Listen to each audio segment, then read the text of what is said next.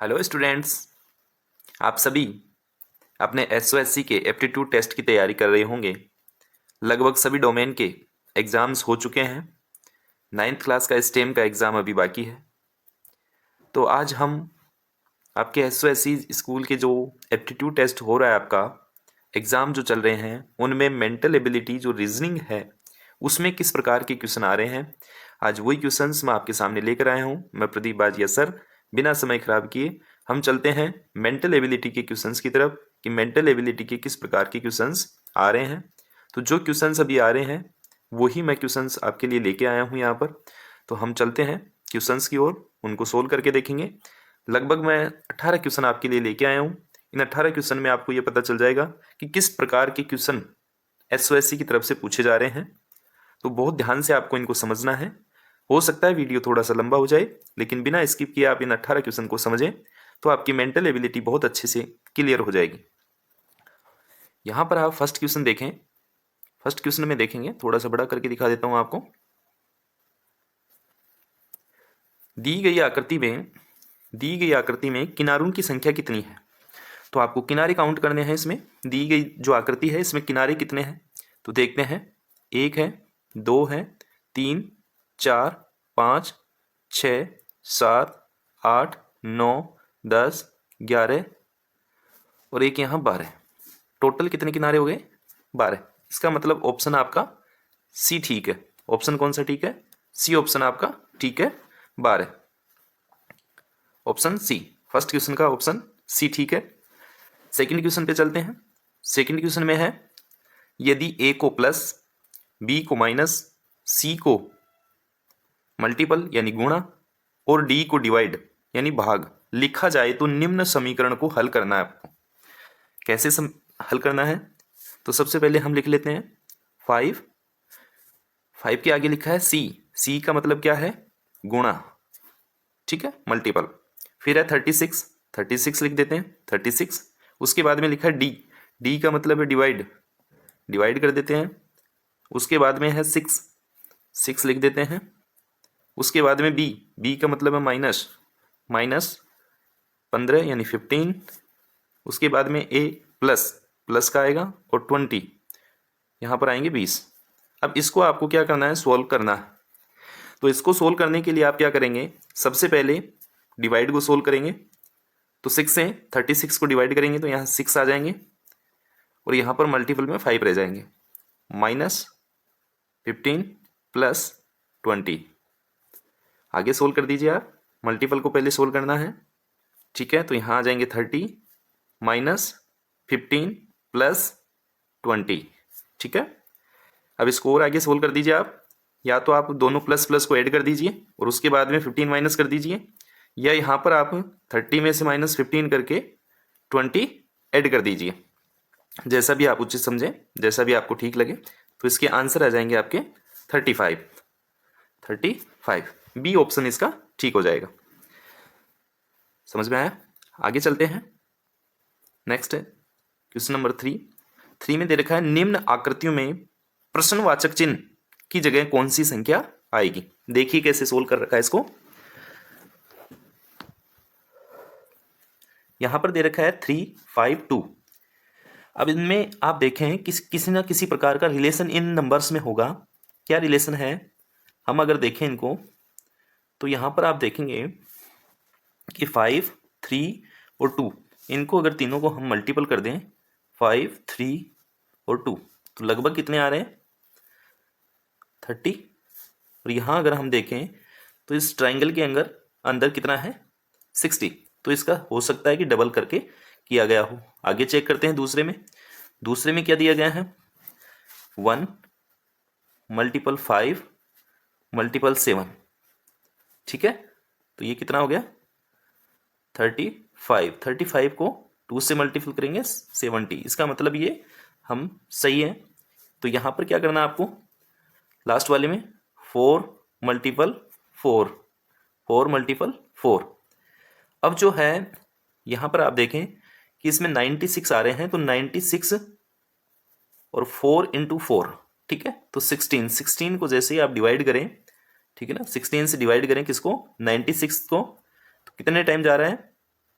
6 time, तो इसका answer भी क्या हो जाएगा 6। बी ऑप्शन आपका इसका सही हो जाएगा। 6 आंसर जो यहाँ दे रखा है क्वेश्चन मार्क, यहाँ पर 6 आएगा। तो आप 6 मल्टीपल 4 ये आपको करना है, ठीक है। तो आपका आंसर कितना आ जाएगा 96। देख लीजिए आप, समझ में आया होगा आपके। नेक्स्ट क्वेश्चन पे चलते हैं। नेक्स्ट क्वेश्चन है, यदि क्लास CLASS को 31099 कोड व फर्स्ट को 24597 कोड से, जो कि निश्चित कोड है यानी इसको हम चेंज नहीं कर सकते, से लिख सकते हैं, तो फेल का कोड क्या होगा। यहां पर आपको क्या समझना है, फेल का FAIL, जो वहां पर कोड दिए गए हैं उनको हम चेंज नहीं कर सकते। तो F का कोड आप देखें, यहाँ F दिया गया है सबसे फर्स्ट में, और इसमें 2, इसका कोड क्या है 2 है, ठीक है। उसके बाद में A यहाँ पर आप देखें क्लास में A 3rd नंबर पे है, तो इसका कोड है 0 लिख दिया। उसके बाद में I देखें, फर्स्ट वाले में I का है 4, तो यहाँ पर 4 लिख दें। और L का देखें हम, C के बाद में L, तो इसका है 1, तो हमारा आंसर हो जाएगा 2041। 2041 कौन से में, डी ऑप्शन में है, तो डी हमारा ऑप्शन सही हो जाएगा। ओके। 5th क्वेश्चन है, यदि टीचर का संबंध विद्यार्थी से है, ठीक है, टीचर का संबंध स्टूडेंट से है, तो उसी प्रकार डॉक्टर का संबंध किससे होगा, पेशेंट, दवाई, मेडिकल, हॉस्पिटल, तो बिल्कुल पेशेंट से होगा, ठीक है ना, पेशेंट से। चलते हैं नेक्स्ट पे।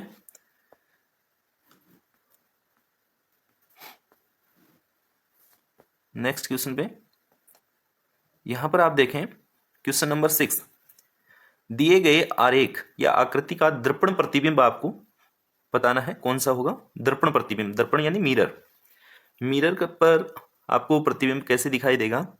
तो हमेशा आप दर्पण में ध्यान रखें कि अगर दर्पण ऐसे रखा हुआ है, ठीक है, ये ऐसे दर्पण है, राइट में उस वस्तु के जो भी पिक्चर है उसके राइट में रखा हुआ है, तो जो भी पिक्चर है वो पलटकर राइट हैंड की ओर आ जाएगी, ठीक है। तो पलटकर राइट हैंड की ओर आएगी, तो इसमें कैसी इमेज बनेगी, इसमें इमेज बनेगी जो इस वाले में है, जो राइट में है वो लेफ्ट में हो जाएगा, यहाँ ये हो जाएगी, ठीक है। उसके नीचे ये स्थिति हो जाएगी, और उसमें यहाँ पर जो बना हुआ है, तो ये जो है वो पूरा सर्किल, जो हाफ सर्किल है वो इस साइड का ब्लैक हो जाएगा, और जो यहाँ पर आप एरो देख रहे हो, ठीक है, ये बाहर की ओर जा रहा है, तो ये बाहर की ओर ऐसे जाएगा, और इसमें ये इस प्रकार से जाएगा। तो ये वाला जो जहाँ भी बन रहा है अपना, वो अपना राइट आंसर हो जाएगा।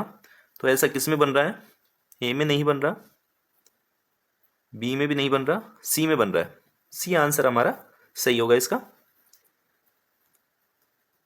अगर आप इसको ऐसे करके देखें कि आप किसी कागज पर इसको 2-4 बार पेन चला के देखें और उसको कागज को पलट दें आप राइट साइड में जैसे ही पलटेंगे आप, तो आपको या तो उस राइट साइड पे कागज पे छप जाएगा, या इस कागज के पीछे जो आपको पिक्चर दिखाई दे रही है इसकी, जो पीछे की साइड में छप जाता है, ठीक है, वो इसका मिरर इमेज होता है, ठीक है ना, मिरर प्रतिबिंब होता है। तो ध्यान से आप इसको समझ लें।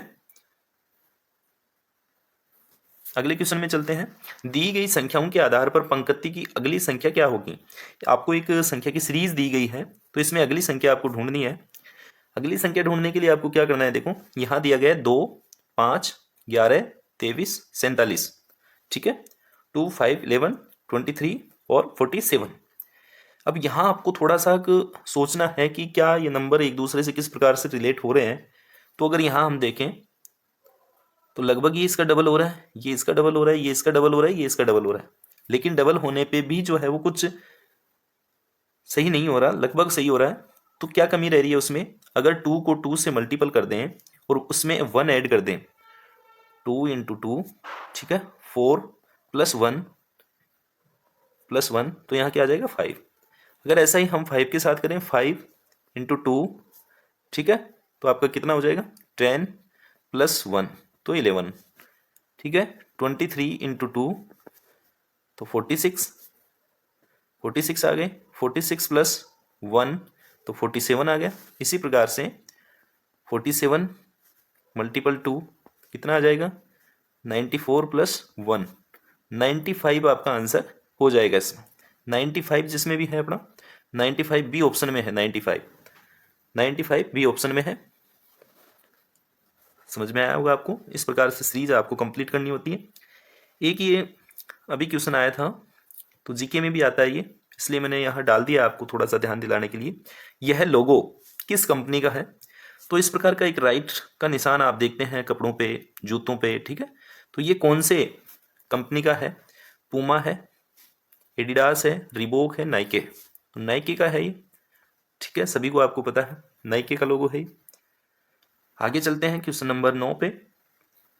दी गई आकृतियों में से अगली आकृति कौन सी होगी?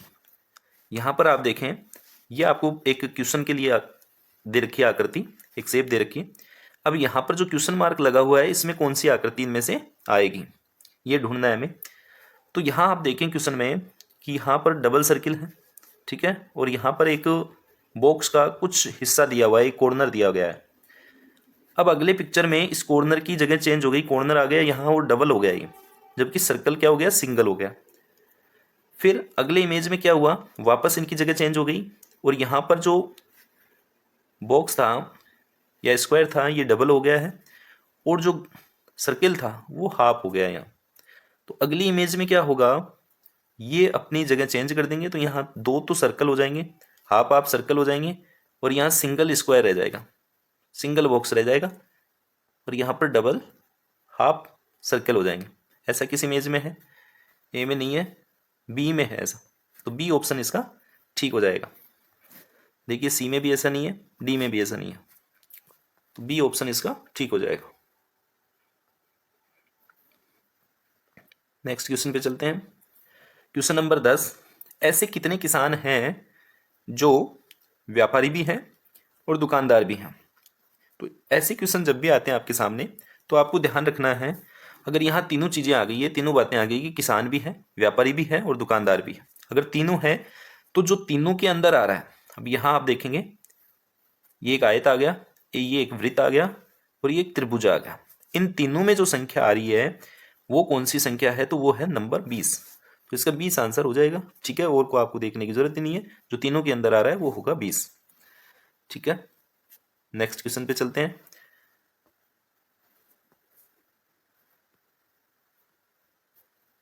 यहां एक आकृति दी गई है, ऐसी कितनी सीधी रेखाएं होंगी जिनका उपयोग कर इस आकृति का निर्माण किया गया है? रेखाओं की संख्या कम से कम होनी चाहिए। कम से कम कितनी रेखाएं होंगी, ऐसी सीधी रेखाएं कम से कम कितनी होंगी जिनका उपयोग इस आकृति को पूरा करने में किया गया है? देखिए कितनी होंगी। एक लाइन ये हो गई, 2, 3, 4, 5, 6, 7, 8, 9, फिर ये 10, ये 11, ये 12, ये 13, ये 14 और ये 15 लाइनें हो गई। ऐसी सीधी 15 लाइनें हैं जिनके द्वारा ये आकृति बन पाई है, ठीक है। तो यहाँ पर आप देखें 15, डी ऑप्शन ठीक हो जाएगा आपका, ठीक है। समझ में आया? सीधी लाइन का मतलब है कम से कम सीधी लाइन, ये एक सीधी लाइन हो गई, ठीक है ना। ये जो लाइनें हैं ये एक ही काउंट होंगी, ठीक है ना, क्योंकि एक सीधी लाइन के रूप में आ रही है। तो ऐसे टोटल 15 लाइनें। आगे चलते हैं। एक सही वाक्य के रूप में या अर्थ के रूप में निम्न शब्दों को क्रम से लगाना आपको, ठीक है। क्या है? अपराध है, फैसला, न्यायाधीश, सजा, पुलिस और सबूत। अपराध है, फैसला है, न्यायाधीश है, जज है, सजा है, पुलिस है, सबूत और गवाह, सबूत या गवाह। तो सबसे पहले क्या होता है, आप समझो इसको देखें कि सबसे पहले कोई भी जो होगा तो क्राइम करेगा, क्राइम होता है वहां, सबसे पहले क्या होगा? अपराध होगा। अपराध होने के बाद में किसके पास जाएगा? पुलिस के पास, ठीक है, या पुलिस उसको पकड़ेगी, अपराधी को पुलिस पकड़ेगी, ठीक है। तो सबसे पहले अपराध हुआ, उसके बाद में पुलिस आई, पुलिस के बाद में पुलिस कहाँ लेके जाएगी उसको? न्यायाधीश के पास लेके जाएगी। न्यायाधीश क्या करेगा? सबूत या गवाह उसके सामने पेश किए जाएंगे, उन सबको देखते हुए वो क्या करेगा? फैसला सुनाएगा और फैसले के बाद में उसको क्या मिलेगी? सजा मिलेगी। तो हम देखें सबसे पहले अपराध यानी 1 नंबर आना चाहिए, तो 1 इसमें भी आ रहा है, इसमें भी आ रहा है, इसमें भी आ रहा है, इसमें नहीं आ रहा तो इसको कट कर दो आप। ठीक है, फिफ्थ तो फोर्थ ऑप्शन जो है जहां 5 से स्टार्ट हो रहा है वो तो हो ही नहीं सकता। फिर अगले में चलो, फिर आता है अपराध के बाद में पुलिस। अपराध के बाद में पुलिस, तो यहां पर आप देखें ये ऑप्शन भी नहीं हो सकता, इसमें भी फैसला आ गया, इसमें भी फैसला आ गया, तो ये ऑप्शन जो है वो आपका सही हो जाएगा और आगे देखने की आपको आवश्यकता नहीं है, तो बी ऑप्शन। तो इस प्रकार से आप कम समय में ऐसे क्वेश्चन सोल्व कर सकते हैं। ठीक है, उसके बाद में आप देख लीजिए 3 नंबर न्यायाधीश होगा, न्यायाधीश के बाद में सबूत गवाह, उसके बाद में फैसला होगा और फैसले के बाद में सजा होगी, जो भी अपराधी हो उसको सजा होगी लास्ट में। अगला क्वेश्चन है, निम्न आरेखों में से उसका चयन करें जो दिए गए वर्गों के बीच संबंध का सही निरूपण करता है। ठीक है, तो यहां पर क्या क्या दिया गया है, यहां पर दिया गया है मानव, डॉक्टर और घोड़ा। ठीक है, तो आप देखो कि घोड़ा जो है वो ना तो मानव हो सकता और ना ही डॉक्टर हो सकता। मानव जो है वो डॉक्टर हो सकता है बिल्कुल। तो इस प्रकार से ये तीनों जुड़े हुए नहीं हो सकते। ये देखो इसमें आरेख में आप तीनों जुड़े हुए हैं, ऐसा नहीं हो सकता। यहाँ पे भी जो है, जैसे मान लो अगर इसको हम मानव मान लें, इसको हम डॉक्टर मान लें, तो मानव से घोड़ा जुड़ा हुआ नहीं हो सकता। फिर यहाँ पर देखें, इसको हम मानव मान लें, इसको डॉक्टर मान लें और घोड़ा अलग है, बिल्कुल सही बात है ये। इसको देखें अगर कि ये मानव है तो इसमें घोड़ा और डॉक्टर, ये गलत हो जाएगा। इस प्रकार से हमारा सी ऑप्शन जो है वो सही हो जाता है, सी ऑप्शन सही हो जाता है, जिसमें ये मानव, घोड़ा और सॉरी, ये मानव, डॉक्टर और ये घोड़ा। ठीक है, अगले क्वेश्चन पे चलते हैं। रमेश उत्तर की ओर मुंह कर चलना प्रारंभ करता है तथा प्रत्येक 10 मीटर पर 10 मीटर चलता है, प्रत्येक 10 मीटर, और उसके बाद में 3 बार वो लेफ्ट में घूमता है यानी बाएं घूमता है, वह 1 बार दाएं मुड़ता है। 3 बार बाएं और 1 बार दाएं, तो वह अब किस दिशा में जा रहा है। देखिए कैसे करते हैं इस क्वेश्चन को। अगर क्वेश्चन में दिया गया है कि इतने बार दाएं घुमा है, इतने बार बाएं घुमा है, ठीक है, तो जितने बार भी दाएं बाएं घुमा है और जितने इक्वल आ रखे हैं, जैसे यहां पर आप देखें तो 1 बार दाएं मुड़ता है, तो 1 बार बाएं को इससे काट दीजिए। यहाँ 3 लेफ्ट है, 3 बार लेफ्ट घूमता है और 1 बार राइट घूमता है, तो इस राइट को और इस लेफ्ट को तो काट दीजिए आप। ठीक है, यहाँ 2 लेफ्ट रह जाते हैं, तो ये नॉर्थ में जा रहा था, ये नॉर्थ हो गई, ये ऊपर की ओर नॉर्थ है। यहां से लेफ्ट घुमा पश्चिम में हो गया, यहां से लेफ्ट घुमा दक्षिण में हो गया। ठीक है, तो इसका आंसर भी क्या हो जाएगा, दक्षिण हो जाएगा। पूरा समझा देता हूं एक बार दोबारा से, अगर ये वाली चीज समझ में नहीं आई है तो देखिए कैसे हुआ। ये यहां से चलना प्रारंभ करता है उत्तर की दिशा में, यहां से किधर चलता है, बाएं, बाएं के बाद में फिर बाएं, फिर बाएं आ गया, 1 बार घूम गया यहां से, दूसरी बार यहां से घूम गया, तीसरी बार ये यहां से घूमेगा। ठीक है, तो ये तीसरी बार होगी, 1 2 और 3, 3 बार ये बाएं घूम गया, अब इस दिशा में चल रहा है। अब कह रहा है फिर 10 मीटर चलने के बाद में किधर घूमेगा, दाएं घूमेगा, तो जैसे दाएं घूमेगा तो इसका मुंह किधर हो जाएगा, दक्षिण की ओर। इधर उत्तर की ओर चलना प्रारंभ किया था और अब लास्ट में किधर हो जाएगा, दक्षिण की ओर। अब समझ में आ गया होगा आपके दिशा का प्रश्न जो है। अब चलते हैं अगले क्वेश्चन की ओर। क्वेश्चन नंबर 15 है आपके लिए। क्या क्वेश्चन है, निम्न में असंगत को छांटिए। असंगत का मतलब जो इनमें से अलग है या जो क्राइटेरिया इसमें आ रहा है उसको पूरा नहीं करता, वो असंगत हो गया, अलग हो गया इनसे। देखिए ए बी यानी 1 नंबर, 2 नंबर, नंबर आपको याद हो जाए ABCD में तो बहुत अच्छी बात है। फिर FG, तो यहां पर 1 2, फिर CDE को छोड़ दिया, CD और E को छोड़ दिया, उसके बाद में FG आया है। ठीक है ना, 6 7 नंबर आए हैं। उसके बाद में HIJ फिर 3 छोड़ दिए, फिर KL आ गया, फिर MNO 3 छोड़ दिए, PQ आना चाहिए था, यहाँ PQ आना चाहिए था लेकिन आया है R। अब देखो RSTUV, तो इसमें से जो गलत है वो ये हो गया P और R, PR नहीं आना चाहिए था, यहाँ PQ आना चाहिए था, इसलिए गलत हो गया इसमें से। तो यही अपना राइट आंसर हो जाएगा। कहाँ है इसमें, डी ऑप्शन अपना सही हो जाएगा। 16वां क्वेश्चन है, निम्न आकृति में त्रिभुजों की संख्या कितनी है। त्रिभुजों की संख्या आप देखें कैसे इस क्वेश्चन को सोल्व करते हैं। तो यहां पर आप लिख दें 1 2 3 और 4, जितने भी नंबर हो गए इनका सबका टोटल कर दें। 1 और 2 3, 3 और 3 6 और 4 10। तो 10 त्रिभुज इसमें हो जाएंगे। बहुत आसान क्वेश्चन है ये, देखते हैं आप कर देंगे इसको। जितने भी त्रिभुज हैं आप इसमें क्या कर दें, नंबर लिख दें 1 2 3 4, जितने भी आते जाएं आगे। अगर ऐसे और भी बढ़ा दें आपको तो आप और भी नंबर लिख दें और उसको ऐड कर दें। तो ये ऐसे क्वेश्चन हो जाएगा। अगर इसमें पार्ट आ जाएं, ऐसे पार्ट आ जाएं, तो भी आपको यही करना है 1 2 3 4 और नीचे भी वही 1 2 3 और 4। तो 10 यहाँ 10 यहाँ, टोटल कितने हो जाएंगे 20। अगर ऐसे कोई भी क्वेश्चन आए तो उनको आप आसानी से कर सकते हैं। बहुत ही आसान प्रश्न आते हैं ये, तो इसमें ए ऑप्शन आपका सही हो जाएगा।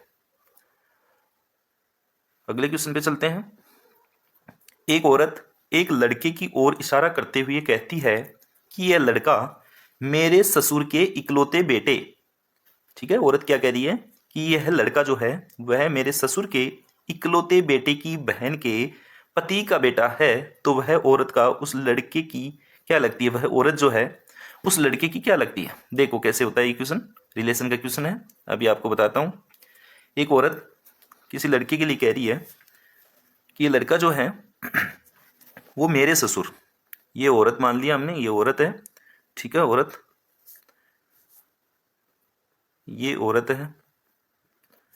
अब जो भी ऊपर की पीढ़ी में हो उसको ऊपर लिखेंगे, जो नीचे की पीढ़ी में हो उसको नीचे, और जो बराबर की में हो उसको बराबर की में लिखेंगे। देखे कैसे, ससुर, ससुर जो है उससे ऊपर की पीढ़ी में होता है, तो इसको यहां लिख दें आप ससुर, ससुर, ससुर लिख दें आप।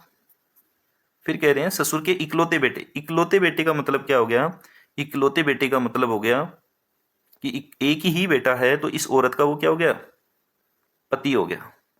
इस औरत का क्या हो गया, वो पति हो गया, ठीक है। ससुर के इकलौते बेटे की बहन, इसकी बहन के पति, बहन के पति यानी इसके जीजाजी हो गए, का बेटा है यानी इसका भांजा है।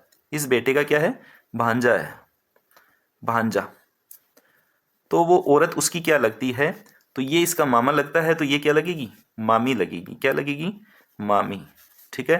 तो इसमें माँ मौसी मामी, मामी, ठीक है। ऐसे क्वेश्चन आप आराम से कर सकते हैं। जब आप अभ्यास करेंगे इसका बार बार तो आप बहुत अच्छे से समझ जाएंगे।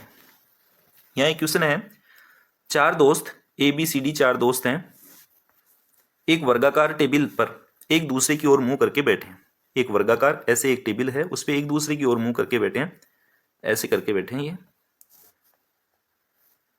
इस प्रकार से। लेकिन कौन सा कहाँ बैठा है ये हमें पता नहीं है। तो यहां पर बताया गया ए से दाएं दूसरे डी बैठा है। अब ए को आप कहीं भी बिठा दो, किसी का हमें कुछ पता नहीं है, तो ए को हमने यहां बिठा दिया, यहां। ए से दाएं दूसरे डी बैठा है, तो ए से दाएं, दाएं कौन सा होगा, ये वाला, राइट, राइट साइड ये है उस, ठीक है। तो दूसरे यानी एक, एक नंबर और दो नंबर, दो नंबर पे कौन बैठा है, डी बैठा है यहाँ, तो आप डी यहाँ लिख दें। उसके बाद में कहा जा रहा है सी डी के बाएं नहीं बैठा।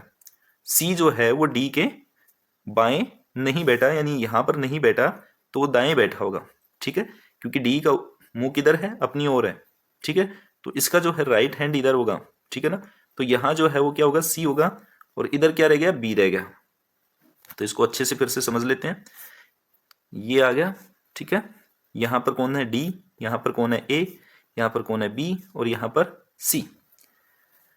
तो इन कथनों में से सत्य कथन का चयन करें। डी व सी आमने सामने, डी व सी आमने सामने नहीं, गलत बात है। बी से दाएं ए है, बी से दाएं ए नहीं है, डी है, ठीक है। बी से दाएं कौन है, डी है, ए नहीं है। ए और डी पड़ोसी हैं, ए और डी पड़ोसी नहीं है, ये भी बात गलत है। बी व सी आमने सामने बैठे हैं, बी व सी आमने सामने बैठे, तो बिल्कुल सही बात है, डी ऑप्शन सही हो रहा है। तो यहाँ अपने 18 क्वेश्चन पूरे होते हैं मेंटल एबिलिटी के। रीजनिंग के ये 18 क्वेश्चन है, वर्बल नॉन वर्बल जो आपकी रीजनिंग आ रही है, मैं ऐसे क्वेश्चन आपके लिए लेकर आया हूँ जो कि बहुत ही आसान है। और इसी तरीके के प्रश्न आपके एसओएससी के एंट्रेंस एग्जाम में जो मेंटल एबिलिटी है उसमें आ रहे हैं।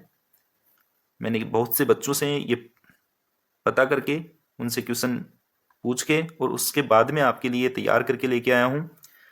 तो आपको ये वीडियो अच्छा लगा होगा, आपको मेंटल एबिलिटी के बारे में बहुत अच्छी जानकारी मिली होगी। इसी उम्मीद के साथ मैं आपके अगले टेस्ट की शुभकामनाएं आपको देता हूं। आपको यहाँ पर स्टेम के सिलेबस का वीडियो दिखाई दे रहा होगा, साथ में ही नेगेटिव मार्किंग का भी वीडियो दिखाई दे रहा होगा। वो दोनों वीडियो आप ज़रूर देख लें। नेगेटिव मार्किंग आपको कम से कम करके आनी है और स्टेम का क्या सिलेबस है उसका भी वीडियो यहाँ पर दिखाई दे रहा होगा। आप एक बार उनको ज़रूर देख लें। Thank you.